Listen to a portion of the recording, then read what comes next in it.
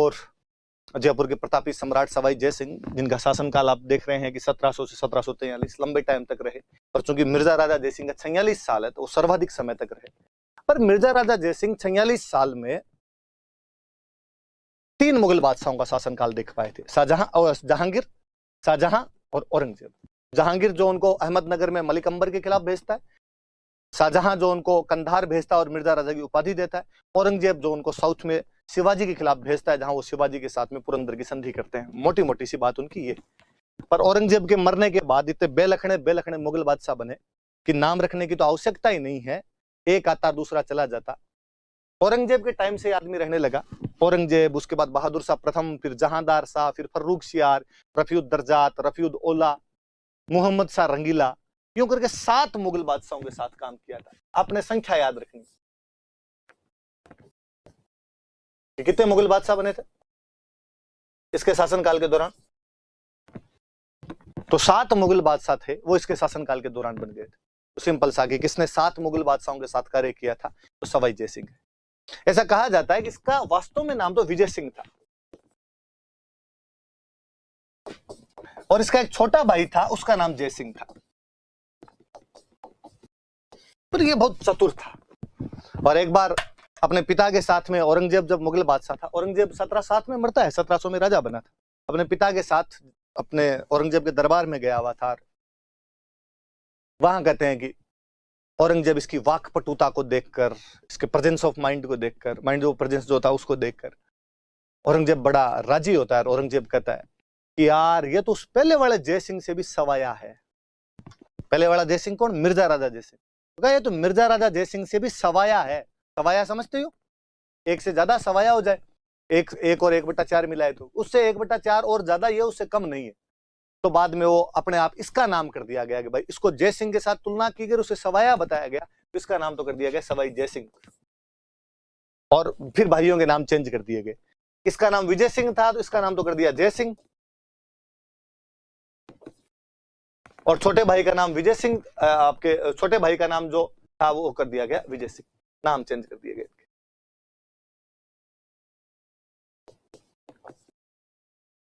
इसका नाम विजय सिंह था तो इसका जय सिंह कर दिया गया, और छोटे वाले भाई विजय सिंह का नाम बदलकर, तो क्या बोल रहा हूं मैं, हाँ, और उल्टा बोल गया क्या मैं? इसका नाम तो था विजय सिंह, तो इसका नाम तो बदल के कर दिया जय सिंह। और जो जय सिंह था इसका भाई, उसका नाम बदलकर कर दिया गया विजय सिंह।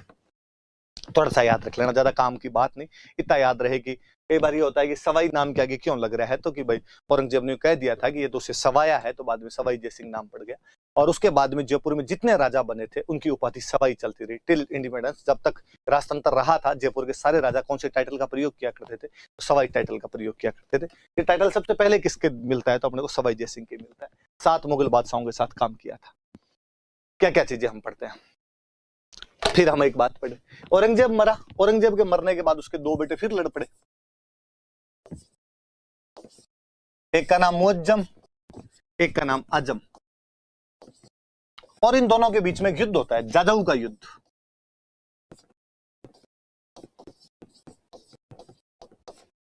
औरंगजेब के मरने के बाद इन दोनों भाइयों के बीच में 1707 में जाजऊ का युद्ध हुआ। इसमें सवाई जय सिंह था, उसकी साउथ में पोस्टिंग थी, आजम की भी साउथ में पोस्टिंग थी, इसलिए आजम में सवाई जय सिंह में अच्छी बनती थी, इसलिए सवाई जय सिंह आजम का साथ देता है।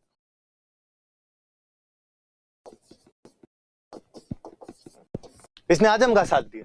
तो इसका जो छोटा भाई था विजय सिंह, नाम तो उल्टे किए आप समझ ही रहे होंगे आप, छोटा भाई विजय सिंह, उसको लगता था राजा मैं बनूंगा, तो उसने मुअज्जम का साथ दे दिया।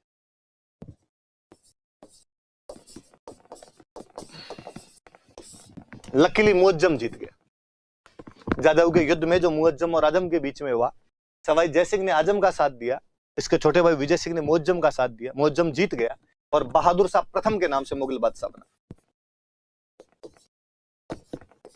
नाम बदल के कर लिया अपना बहादुर शाह, बाद में एक सेकंड और बनता है इसलिए हम इसको फर्स्ट कर देते हैं, इसके नाम से मुगल बादशाह बना। पर अब इसके मन में ये बात रही यार अपने खिलाफ कौन कौन थे? आजम तो मर जाता है युद्ध के अंदर, मार देता है बहादुर शाह या मुअज्जम जिसको हम कहते हैं। अपने खिलाफ कौन कौन थे? तो कहा आमेर वाला सवाई जय सिंह अपने खिलाफ था और इस वाला छोटा भाई विजय सिंह अपने साथ। तो ये बहादुर शाह आता है वहां से आमेर आता है, आमेर में आके विजय सिंह को तो बना देता है राजा, आमेर का राजा बना देता है और सवाई जय सिंह को हटा देता है। आमेर का राजा बनाया और आमेर का राजा बना के आमेर का नाम बदलकर इसने कर दिया इस्लामाबाद। पाकिस्तान की राजधानी बना दी, इस्लामाबाद कर दिया। या एक नाम हमें और मिलता है मोमिनाबाद। याद रखना आप कि औरंगजेब के बेटों में सक्सेशन स्ट्रगल हुआ, बैटल ऑफ जाजऊ, जिसमें मुअज्जम और आजम लड़े। सवाई जय सिंह ने आजम का साथ दिया था, जीत मुअज्जम की हुई। मुअज्जम का साथ सवाई जय सिंह के छोटे भाई विजय सिंह ने दिया था, इसलिए जो मुअज्जम है वो आमेर पर आक्रमण करता है, सवाई जय सिंह को हटा देता है, रिप्लेस करता है, इसके छोटे भाई विजय सिंह को राजा बनाता है और आमेर का नाम बदलकर क्या कर देता है, इस्लामाबाद या मोमिनाबाद। अब मैं एक बात बताना चाहूंगा आपको। एक चीज अपनी पड़ी हुई है कि औरंगजेब ने अपने जीवन काल में जोधपुर में अजीत सिंह को राजा नहीं बनने दिया था। अजीत सिंह बेरोजगार चल रहा है, यहां हमने पढ़ा कि यहां बेरोजगार को किसको कर दिया गया है, बहादुर शाह ने सवाई जय सिंह को बेरोजगार कर दिया। इसलिए दोनों सवाई जय सिंह और अजीत सिंह दोनों गठबंधन बनाते हैं और गठबंधन बना कहते हैं कि अब अपने को क्या करना चाहिए, अब बहादुर शाह के खिलाफ अपने को लड़ाई करनी चाहिए, लड़ाई करके अपना वापस लेना चाहिए। लड़ाई में और किसी मोटे लोंठे राजा का साथ लिया जाए और ठीक रहे। राजस्थान की शक्तिशाली बड़ी रियासत कौन सी, मेवाड़। मेवाड़ महाराणा हुआ करते थे अमर सिंह सेकंड। ये अमर सिंह जी के पास आए और अमर सिंह जी को आके कहा आप हमारा साथ दो और अपने मिलके बहादुर शाह के खिलाफ लड़ते हैं और हमारे राज्य वापस दिलवाओ आप। किस किस के राज्य वापस दिलवाने हैं? अजीत सिंह को दिलवाना है मारवाड़ वापस और सवाई जय सिंह को दिलवाना है आमेर वापस। किससे दिलवाना है ये? तो बहादुर शाह। बहादुर शाह प्रथम जो मुगल बादशाह है। और इस समझौते को मैंने आपको बताया था, इस समझौते को कहा जाता है देवारी समझौता, देवारी एग्रीमेंट। मेवाड़ के अंदर ये देवारी नाम की जगह पड़ती है। जब मैंने मेवाड़ पढ़ाए थे तब मैंने देवारी समझौते के बारे में और खुल के कई बातें बताई थी कि देवारी समझौता मुगल बादशाह बहादुर शाह प्रथम के खिलाफ, मेवाड़ महाराणा अमर सिंह सेकंड, मारवाड़ के राजा अजीत सिंह और आमेर के राजा सवाई जय सिंह के बीच हुआ, जिसमें कहा गया कि सवाई जय सिंह को आमेर और अजीत सिंह को मारवाड़ दिलाने में सहायता की जाएगी। और एक शर्त और रखी गई कि अमर सिंह सेकंड की बेटी थी चंद्र कंवर, ये बात मेरी बताई हुई है, मैं रिपीट करवा रहा हूं, चंद्र कंवर, इसकी शादी सवाई जय सिंह के साथ की जाएगी। पर शर्त यह है कि इनका जो पुत्र होगा वही आमेर का अगला राजा बनेगा।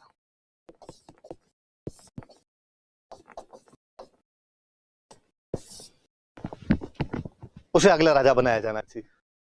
तो ये देवारी समझौता हुआ और इसमें फिर तीनों मिले, तीनों की सेनाएं, अमर सिंह ने अपनी सेना भेजी, सवाई जय सिंह और अजीत सिंह की सेना थी। पहले ये मारवाड़ गए, मारवाड़ पर वहां पर इन्होंने मुगलों का जो भी अधिकार था उसको समाप्त किया। मारवाड़ पे अजीत सिंह का कब्जा हुआ। फिर दोनों अजीत सिंह और सवाई जय सिंह की सेनाएं वहां से आगे बढ़ी। फिर एक युद्ध होता है, सांभर का युद्ध। फिर यहां मुगलों का कब्जा हो रखा था सांभर। सांभर की बात तो आपने कई बार की हुई है। 1709 में सांभर का युद्ध होता है, क्या बेहतरीन युद्ध था, पता नहीं हिस्ट्री की किताबें बताती क्यों नहीं है। सवाई जय सिंह और अजीत सिंह की मिली जुली सेना, सवाई जय सिंह प्लस अजीत सिंह, सामने मुगलों का जो सेनापति था उसका नाम था सैयद हुसैन खान। सैयद हुसैन खान मुगल कमांडर था, मुगल सेनापति था। न केवल मुगलों को हराया गया बल्कि सैयद हुसैन खान को इस युद्ध में मार दिया गया था। और सांभर का युद्ध जीतने के बाद सवाई जय सिंह आमेर में प्रवेश करते हैं और आमेर के राजा बन जाते हैं। 1709 का सांभर का युद्ध, बैटल ऑफ सांभर। और उसके बाद में कहा गया कि सांभर मेवाड़ और मारवाड़ दोनों की जमीन है। तो कोई पूछेगा कौन से शहर को मेवाड़ और मारवाड़ दोनों का मिला जुला अधिकार वाला शहर माना जाता था, तो सांभर था। और कालांतर में जब अंग्रेजों ने सांभर की झील ली थी नमक बनाने के लिए, तो यहां से जितने भी रेवेन्यू वगैरह आता तो उसको भी जयपुर और जोधपुर दोनों में बांटा जाता था। यहां से नमक बनाने का था तो बाद में जयपुर जोधपुर दोनों में बंटता था। अंग्रेजों ने जब कब्जा किया तब भी उन्होंने दोनों के साथ वैसे संधि की कि भाई यहां से जो भी रेवेन्यू आएगा वो आपके अंदर बांट दिया जाएगा। तो याद रखना भाई, ये सांभर का युद्ध था, इसके बाद में यहाँ पर ये कब्जा कर लेते हैं। और सईद हुसैन खान मुगल कमांडर था, तो इसके अंदर लड़ता हुआ मारा गया था। ये सब देबारी समझौते के बाद की बातें हैं। देबारी समझौता जब मैंने पढ़ाया था तो मैंने और आपको पढ़ा दिया था। कहने का मतलब यह है कि सवाई जयसिंह अपने बाहुबल से अपना राज्य पुनः प्राप्त करता है, न केवल बाहुबल से बल्कि डिप्लोमेसी, और जब वो राजस्थान के बाकी 2 रियासतों को भी मुगलों के खिलाफ अपने साथ लेकर आ जाता है। एक ये फोटो है देबारी समझौते के बाद की, जिसमें बीच में अमर सिंह सेकंड है, मेवाड़ के राजा, मेवाड़ी पगड़ी आप ऊपर देख सकते हैं। उस साइड में ये अजीत सिंह है, ये इधर वाले घोड़े पर बैठे हैं, ये सवाई जयसिंह बैठे हैं। अमर सिंह सेकंड पीछे मुड़ के जिस व्यक्ति से बात कर रहे हैं वो राजपुताने का गैरिबाल्डी वीर दुर्गादास राठौड़ है। पीछे दुर्गादास राठौड़ चल रहे हैं, बराबर में तीनों राजा चल रहे हैं। वो देबारी समझौता जिसके अंदर दुर्गादास राठौड़ ने राजस्थान की 3 रियासतों को एक साथ लाकर खड़ा कर दिया था। जो काम गैरिबाल्डी ने इटली के एकीकरण में किया था, कुछ उसी प्रकार का काम दुर्गादास राठौड़ राजस्थान के एकीकरण में कर देता है। वो राजपुताने की 3 बड़ी रियासतों को एक साथ लाकर खड़ा कर देता है। ऐसी कौन से समझौते के दौरान किया गया था, तो आप याद रखें, देबारी एग्रीमेंट के बाद किया गया था। तमाम बातें जो मैंने बताई याद रहे आपकी। मेवाड़ पेंटिंग है, बहुत अच्छी मेवाड़ की पेंटिंग बनी हुई है। मैं पहले इन नीचे वाली 2 की बात करना चाहूंगा, फिर मैं ऊपर चलना चाहूंगा। बूंदी विवाद में आपको बता चुका हूं, हम पढ़ चुके हैं कि वहां बूंदी में एक राजा थे बुद्ध सिंह, उनके कोई बेटा नहीं था, इसलिए सवाई जयसिंह के कहने पर वहां पर दलेल सिंह नाम के एक लड़के को गोद लिया गया था, जो कि करवड़ के जागीरदार सालिम सिंह का बेटा था। और कालांतर में बुद्ध सिंह के खुद के उमेद सिंह नाम का जब बेटा हो गया था, तो वहां उन दोनों के बीच में लड़ाई हुई थी। सवाई जयसिंह उसमें इंटरफेयर करता है, सवाई जयसिंह उसमें दलेल सिंह का साथ देता है। सवाई जयसिंह ने साथ दिया और उमेद सिंह का साथ मराठे देते हैं। तमाम बातें क्या थी क्या नहीं थी मैं दोहराने की आवश्यकता नहीं समझता कि आप जब मैंने बूंदी पढ़ाया था तब सारी बातें सुन चुके हैं, पर याद रहे कि जयपुर बूंदी विवाद क्या था, कभी ऐसा क्वेश्चन आ सकता है, इसलिए मैंने दोबारा यहां मेंशन किया ताकि आपकी चीजें याद रह जाए। ऐसे भरतपुर के अंदर एक और हुआ था। कहते हैं कि औरंगजेब की मृत्यु के बाद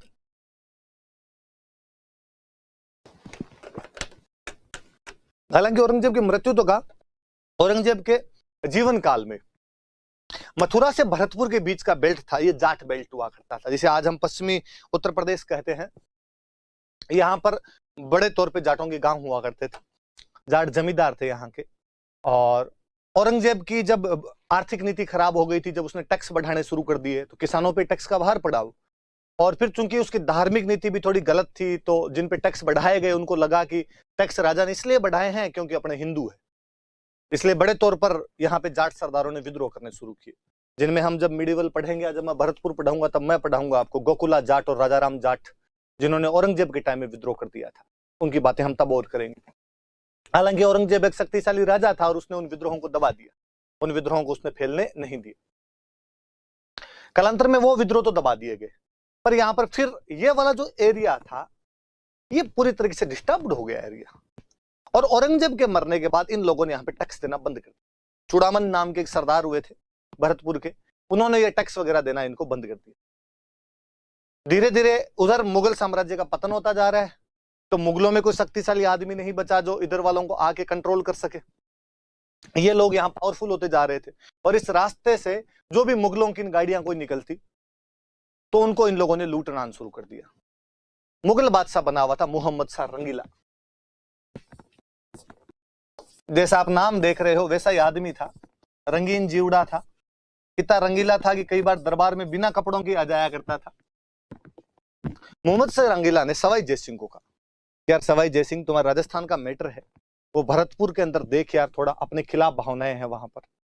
सवाई जयसिंह जब भरतपुर आए तो सवाई जयसिंह के फेवर की एक बात थी कि भरतपुर में उस समय 2 लोग राज्य के लिए आपस में लड़ रहे थे। चूड़ामन की मृत्यु हो गई थी और 2 बंदों के बीच में डिस्प्यूट चले, मोहकम सिंह और बदन सिंह।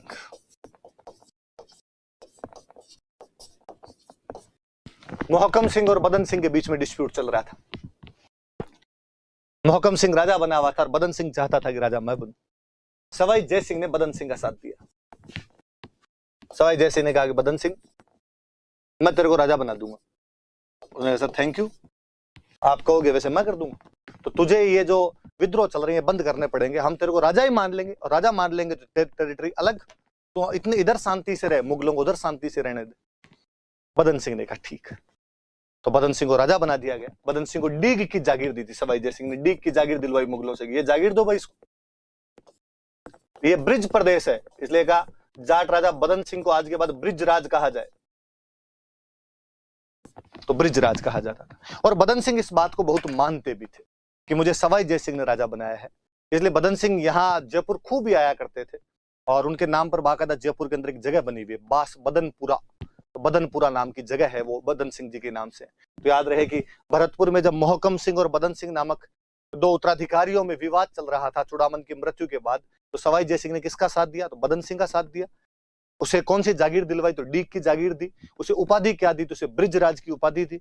और ऐसा किसने कहा था उसे करने के लिए? तो मोहम्मद शाह रंगीला ने कहा था। तो जब सवाई जय सिंह वापस गया तो मोहम्मद शाह रंगीला बड़ा राजी हुआ कि यार भरतपुर वाले विद्रोह को तू शांत करके आया, और मोहम्मद शाह रंगीला ने सवाई जय सिंह को एक उपाधि दी, राज राजेश्वर, कि तू राजाओं का भी राजा है, तू तो राजा बनाने वाला आदमी है। तो इसे कौन सी उपाधि दी गई थी? राज राजेश्वर की। तो कोई पूछे कि कौन सा विद्रोह समाप्त करने की वजह से मोहम्मद शाह रंगीला ने इसको ये उपाधि दी थी? तो भरतपुर विद्रोह शांत करने की वजह से। भरतपुर में विद्रोह था किसके बीच? मोहकम सिंह और बदन सिंह। सवाई जय सिंह किसका साथ देता है? बदन सिंह। उपाधि क्या देता है उसको? तो उपाधि उसको कौन सी दी गई आपके? ब्रिजराज, ब्रिज के राजा। जागीर कौन सी दी गई? डीग की जागीर दी गई। ये दो बातें। तो मतलब बूंदी और भरतपुर में राजा यही बनाता है। बूंदी के अंदर ये दलेल सिंह को राजा बनाता है, और जब तक जिंदा रहा था इसने मराठों से पंगे लिए थे और दलेल सिंह को राजा बना के रखा था। और भरतपुर में तो बदन सिंह जी को बना ही दिया था। हम भरतपुर पढ़ेंगे तब ये बात भिन्न रूप से और करेंगे। ऐसे ही जोधपुर और बीकानेर में विवाद की स्थिति चल रही है। जोधपुर में राजा हुआ करते थे अभय सिंह, बीकानेर में राजा हुआ करते थे जोरावर सिंह। आपको नाम याद आ रहे होंगे सभी नाम, अभय सिंह, जोरावर सिंह। ये आपने हुरडा सम्मेलन में राजा पढ़े हैं सारे के सारे। ये आपके जोधपुर का राजा। इनके बीच में विवाद चल रहा था। सवाई जय सिंह और अभय सिंह की आपस में बनती नहीं थी। मैंने बताया था हुरडा सम्मेलन वाले में भी अध्यक्ष को लेकर इनके बीच विवाद हो गया था, और इस बात पर ये जोरावर सिंह का साथ देता है। तो जोरावर सिंह का साथ किसने दिया? सवाई जय सिंह। और सवाई जय सिंह ये युद्ध जीत लेता है। साथ क्या देता है? सवाई जय सिंह लड़ता है अभय सिंह से इस युद्ध में। अभय सिंह इस बात से नाराज था कि तू बीकानेर वालों की सहायता कर रहा है। गंगवाना अजमेर के अंदर एक जगह पड़ती है। 1741 के इस युद्ध में सवाई जय सिंह की जो सेनाएं है वो जोधपुर की सेनाओं को, अभय सिंह की सेनाओं को हरा देती है। तो ये भी याद रखे भाई कि अभय सिंह जोरावर सिंह वाला विवाद था, उसमें सवाई जय सिंह ने किसका साथ दिया था? तो जोरावर सिंह बीकानेर का साथ दिया था। हम आगे बढ़े। उस समय की सबसे बड़ी ताकत मराठे थे। किसी टाइम में राजस्थान के राजा या तो मुगलों के लिए लड़ते थे या मुगलों के खिलाफ लड़ते थे। अब मुगलों में इतनी ताकत ही नहीं बची थी कि मुगलों से लड़ा जाए। या अब नई ताकत जो थे वो मराठे थे। मराठे लगातार साउथ में तो हिट हो ही गए थे। अब साउथ के बाद मराठे मालवा पर अटैक कर रहे थे। मालवा और गुजरात मैंने कि बताया जैसे कि धन धान्य वाले प्रदेश उत्तर भारत के, और कोई भी मुगल बादशाह या दिल्ली का सुल्तान जो भी बनता वो चाहता कि वो मालवा और गुजरात पर तो अपना नियंत्रण बना कर रखे, वहां पर कंट्रोल रहे। पर अब कमजोर मुगल बादशाहों से मालवा का नियंत्रण नहीं रह पा रहा था। इसलिए मुगलों को लगा कि किसी ऐसे बंदे को मालवा का नियंत्रण दिया जाए जो शक्तिशाली हो, वहां का संभाल सके। हालांकि मुगल तो नहीं भी चाहते होंगे, पर मुगलों को मराठों को दबाना जरूरी था। सवाई जय सिंह उस समय का शक्तिशाली राजा। सवाई जय सिंह 3 बार मालवा का गवर्नर बनाया गया था। याद रहे, ये क्वेश्चन पूछा हुआ है कि सवाई जय सिंह कितनी बार मालवा का गवर्नर बनाया गया था, कितनी बार सूबेदार बनाया गया था? तो 3 बार मालवा का सूबेदार बनाया गया था। बड़ी बात है। 1713 में फर्रुख सियर, 1730 और 1732 में मोहम्मद शाह रंगीला, इसे 3 बार मालवा का गवर्नर बना देते हैं। और ये खुद कि जब मुगलों की तो चल ही नहीं रही है, वो भरतपुर का विवाद ही नहीं दबा पा रहे थे, और वो भी सवाई जय सिंह जाके दबा के आ रहा है, जो कि एक नई नई रियासत बन रही थी भरतपुर। हालांकि उसके बाद तो भरतपुर ने और अपना विकास किया। तो मालवा में तो मुगल क्या ही संभाल पाते। तो उन्होंने सवाई जय सिंह को भेजा, और सवाई जय सिंह ने भी उन पर दबाव देके मालवा ले लिया। उनका कि मैं ठीक है मराठों के खिलाफ लड़ने के लिए चला जाऊंगा, लेकिन मुझे मालवा देना पड़ेगा। ऐसा है दुर्बल मुगल बादशाह क्या करते और उन्होंने सवाई जयसिंह को 3 बार मालवा का गवर्नर बना दिया। तो उस मालवा पर नियंत्रण के लिए सवाई जयसिंह के मराठों के साथ में लड़ाइयां होती है। 3 युद्ध है।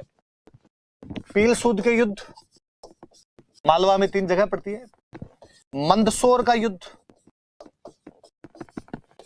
रामपुरा का युद्ध। 1715, 1733, 1735। मैं याद दिलाता हूं कुछ चीज सोचना। 1713 में फर्रुख शेर के कहने पर यह मालवा का गवर्नर बनता है। मराठों के साथ वहां पर इसका पील सूद नामक स्थान पर युद्ध होता है। 1715 में सवाई जयसिंह जीत जाता है। जीत करने का मतलब किसकी? तो सवाई जयसिंह की बोल रहा हूं।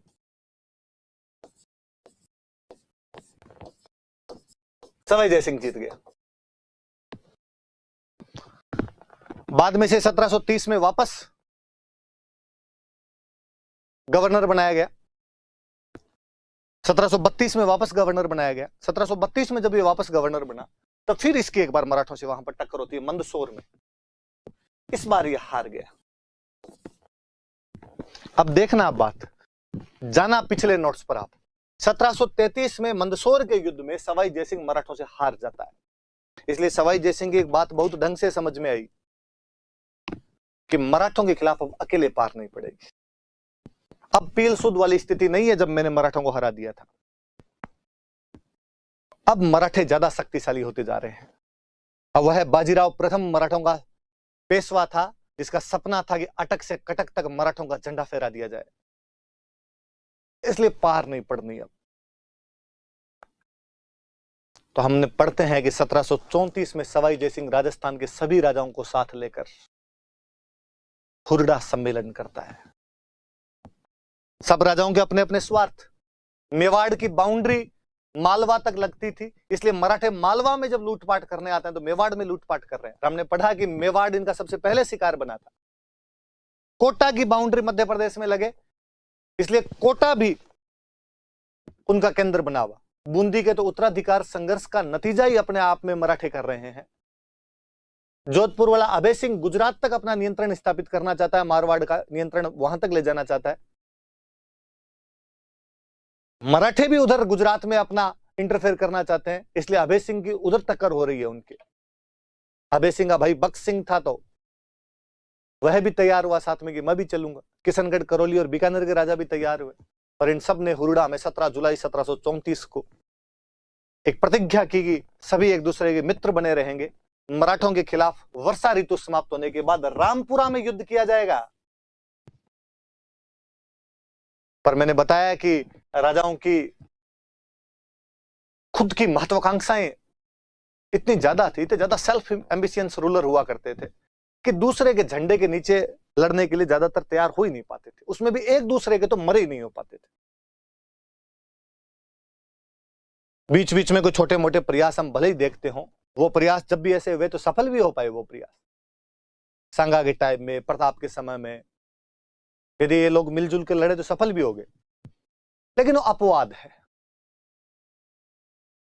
इसलिए रामपुरा वाले मैदान में अपनी सेनाएं तो भेजी, फिर भी सबने थोड़ी सेनाएं भेजी, लेकिन इस बार फिर ये रामपुरा में हार गए थे। तो इनमें कनेक्शन है आपस में कि मंदसौर में 1733 में हारने के बाद 1734 में हुरडा सम्मेलन है। हुरडा सम्मेलन की लाइन है कि वर्षा ऋतु समाप्त होने के बाद रामपुरा में मराठों के खिलाफ युद्ध किया जाएगा। ये रहा रामपुरा का युद्ध, इसमें वापस हार गए थे। तो मराठों के और सवाई जयसिंह के बीच में क्या क्या चीजें थी, तो ये चीजें याद रख लेना। 3 युद्ध याद रखने हैं आपको। ये मालवा पर कब्जे को लेकर हो रहे थे।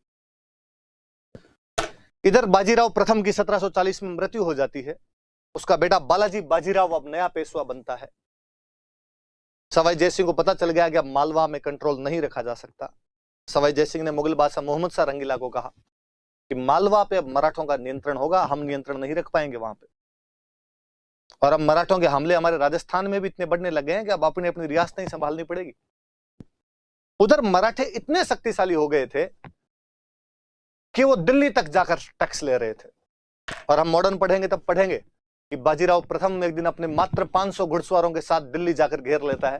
दिल्ली का मुगल बादशाह मोहम्मद शाह रंगीला बाजीराव प्रथम के नाम से दिल्ली छोड़कर भाग जाता है। मोहम्मद शाह रंगीला ने कहा, तू यार सवाई जयसिंह इंटेलिजेंट आदमी है, तू तो मराठों से एक बात कर ले कि यार ये दिल्ली में लूटपाट करने नहीं आए और मैं खुद इनको मालवा दे देता हूं। दिल्ली आते हैं तो यार बेइज्जती होती है यार, थोड़ी बहुत तो बंदे की इज्जत रहने दो यार ऐसे। फिर सवाई जय सिंह 1741 में पेशवा बाजीराव के साथ में धौलपुर में एक समझौता करता है और उसमें वो कहता है कि मैं आपको मुगलों से मालवा दिला दूंगा, या वो नर्मदा नदी के इधर इधर वाला भाग दिलाता है, थोड़ा ये वाला भाग आपको दिला दिया जाएगा, आप प्लीज लूटमार करने उनके एरिया में लूटमार मत करो, सीधा सीधा हम आपको ये दिलवा देंगे। तो सवाई जय सिंह और पेशवा बाजीराव बालाजी बाजीराव के बीच ये समझौता हुआ था। रुपए वगैरह इतने रुपए दे दिए जाएंगे, कई बातें की गई थी इसके अंदर। अपने को समझौते के ज्यादा अंदर नहीं जाना, इतना याद रखना है। सवाई जय सिंह किसकी तरफ से था? तो मोहम्मद शाह रंगीला का प्रतिनिधि है इसमें। सिंपल सा आपसे कोई पूछेगा कि धौलपुर समझौता किस किस के बीच में हुआ था, तो धौलपुर समझौता एक तरीके से तो मुगलों और मराठों के बीच में है, पर मुगलों की तरफ से बातचीत कौन कर रहा है? तो सवाई जय सिंह कर रहा है 1741 में। कौन से मराठा पेशवा के साथ? तो बालाजी बाजीराव के साथ में समझौता किया जा रहा है। आप देखिए, वह राजा जो अपने बाहुबल से, अपनी डिप्लोमेसी से न केवल राजस्थान की रियासतों को मुगलों के खिलाफ एक करता है, बल्कि अपने राज्य आमेर पर कब्जा करता है और सवाई और अजीत सिंह को भी मारवाड़ दिलवाता है। वह राजा जो ये तय करता है कि भरतपुर में राजा कौन बनेगा, बूंदी में राजा कौन बनेगा, जोधपुर बीकानेर की लड़ाइयां वो डिसाइड करता है। मुगलों की तरफ से मालवा मिलने के बाद मराठों से लड़ता भी वही है, राजस्थान के राजाओं को मराठों के साथ में एकजुट करने के प्रयास भी वही करता है, मराठों और मुगलों के बीच में भी समझौते वही आदमी करवाता है। तो अपने समय का एक बेहतरीन योद्धा रहा होगा, कूटनीतिज्ञ रहा होगा, डिप्लोमेट रहा होगा। और हम देखते हैं कि अक्सर जो राजा लड़ाइयों में अपना जीवन गुजारते हैं उनकी कल्चरल एक्टिविटीज थोड़ी कम होती है, जिसके अपवाद हम राज सिंह और कुंभा को देखते हैं, वरना हम सांगा के जीवन काल में उसकी कल्चरल एक्टिविटीज नहीं देखते हैं। सवाई जय सिंह इसका ठीक उल्टा है। अपनी कल्चरल एक्टिविटीज से तो इस राजा को दुनिया का महानतम राजा घोषित कर दिया जाना चाहिए। क्या इंटेलिजेंट आदमी रहा था सवाई जय सिंह अपने समय का, हम देखते हैं।